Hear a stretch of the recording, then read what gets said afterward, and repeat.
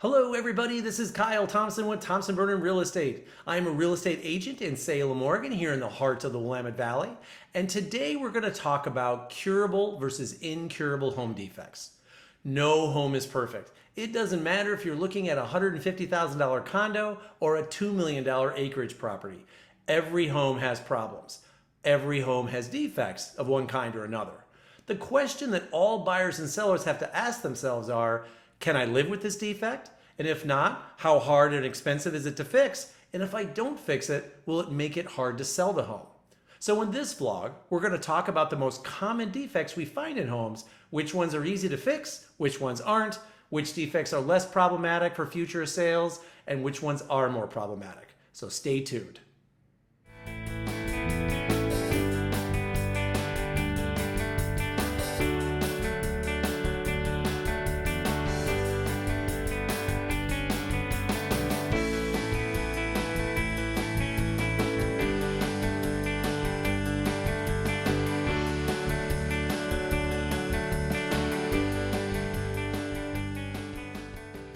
The last 2 years have been pretty tough for home buyers.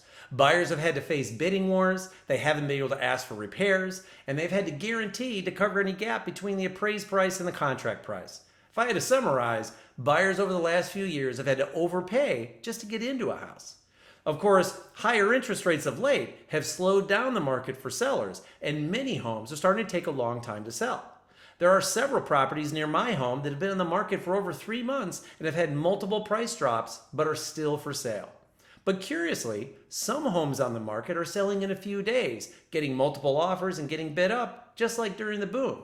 A house just down the street from me came on the market 2 weeks ago on a Friday and had 5 offers by Sunday. It's certainly not universal, but there is a subset of homes that sell quickly while the rest are not. So what's the difference? Well, the difference is that the homes that are selling quickly have very few curable defects and usually no incurable defects. So what exactly are curable versus incurable defects? Let's start with curable defects. It's probably not a surprise that curable defects are defects that you can fix, but curable defects can be broken down into 3 categories: expected, unexpected, and functional.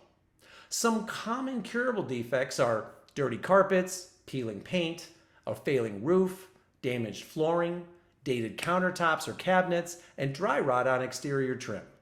These kinds of defects are related because each of these defects is expected over time. A roof eventually wears out, as do floors and paint, no matter how well you take care of a home. Part of owning a home is having to periodically make these kinds of repairs and updates. So making these repairs increases the value of a home because the next owner won't have to do them. There can also be curable defects related to the functionality of a house.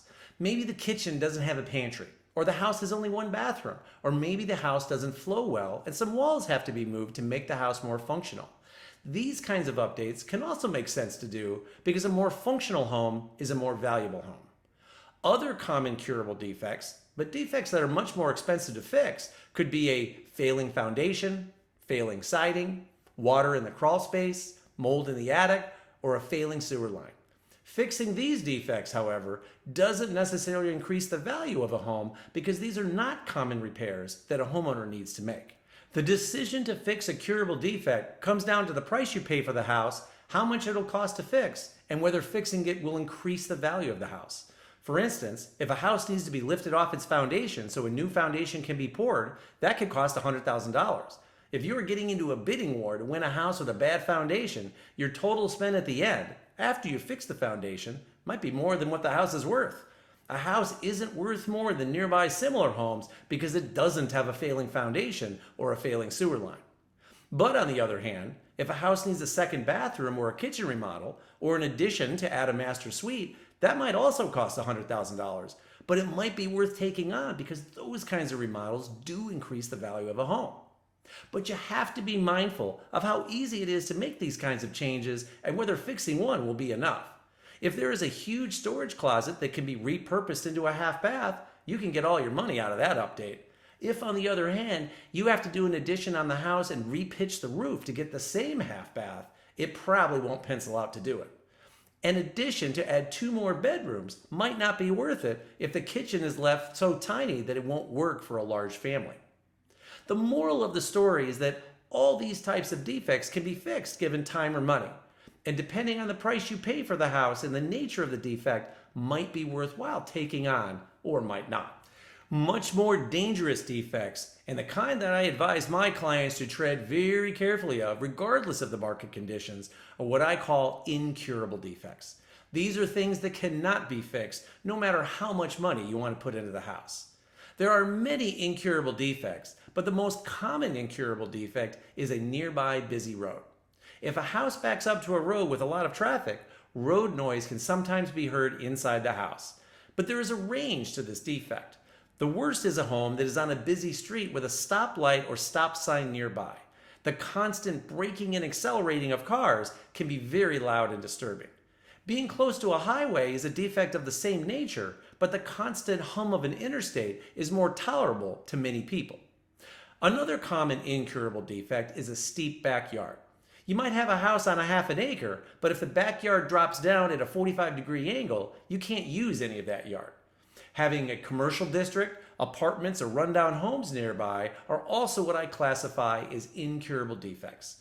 You can fix your house, but you can't easily fix the neighborhood and what's around you. Now, there are a few incurable defects that are actually bigger problems for resale than they might seem on the surface, and these include a steep driveway, flag lots, and floodplains. Now, for steep driveways, I'm not talking about steep driveways on view acreage properties. For properties like this, most folks are expecting to have a bit of an uphill drive to get to the view.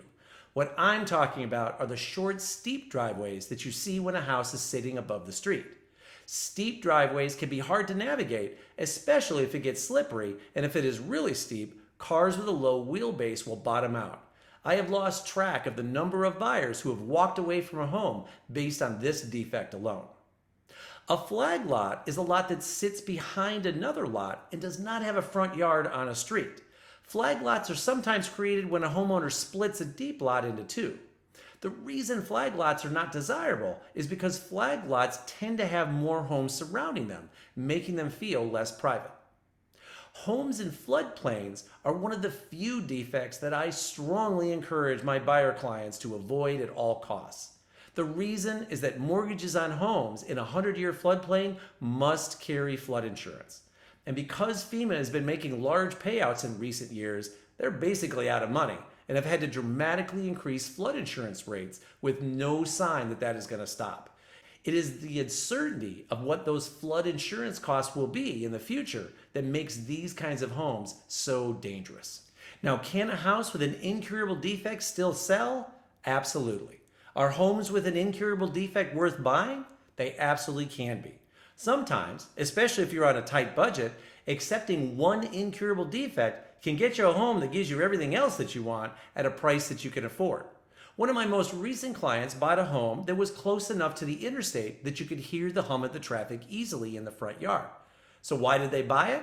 Because the traffic hum could not be heard in the backyard or in the house, and the house literally checked every other box.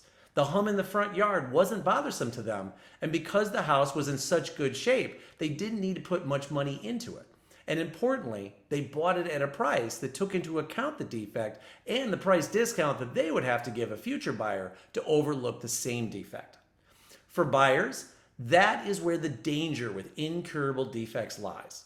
In a hot market, homes with these kinds of defects will sell anyway, and at a pretty minimal discount to homes without the defects. But in anything that is not a hot market, incurable defects can subtract 20 to 30% off the value of a property.